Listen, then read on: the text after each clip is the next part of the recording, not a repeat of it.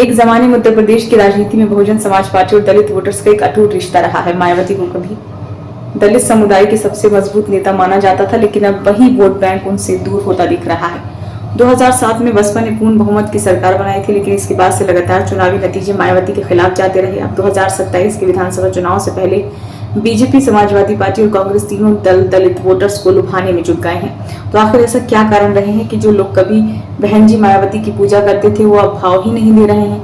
मुख्यमंत्री योगी आदित्यनाथ ने हाल ही में विधानसभा में बजट पर चर्चा के दौरान साफ कर दिया कि उनकी सरकार दलितों और कमजोर तबकों के कल्याण को प्राथमिकता देगी। बीजेपी दलित वोटर्स को वापस लाने के लिए पूरे राज्य में दलित आउटरीच कार्यक्रम चला रही है। वहीं 2024 लोकसभा चुनाव में सपा ने पीडीए पिछड़े दलित अल्पसंख्यक गठजोड़ के जरिए अच्छी सफलता हासिल की थी और अब इसे 2027 में दोहराने की कोशिश भी कर रही है।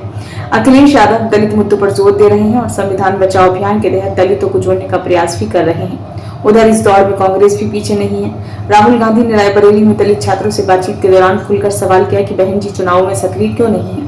कांग्रेस पूरे यूपी में दलित समुदाय को संगठित करने के लिए कई अभियान चला रही है। राहुल गांधी ने मायावती पर निशाना साधते हुए ये भी कहा कि वो बीजेपी के खिलाफ विपक्ष की लड़ाई में शामिल नहीं हो रही है, जिससे दलित वोटर्स को एक नया विकल्प देने की कोशिश की जा रही है। बसपा की गिरती साख और चंद्रशेखर की चुनौती बसपा का वोट शेयर और सीटें लगाकर गिर रही है। 2007 में 30% से ज्यादा वोट पाने वाली बसपा 2022 में महज 12.88% वोटों पर सिमट गई और सिर्फ एक सीट जीत पाई।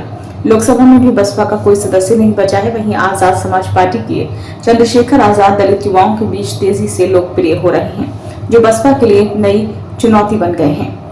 मायावती अब अपनी रणनीति को धार देने में जुट गई हैं। वो लगातार संगठन की बैठकें कर रही हैं और कार्यकर्ताओं को बीजेपी, सपा और कांग्रेस की दलित विरोधी नीतियों के बारे में जागरूक करने का निर्देश भी दे रही हैं।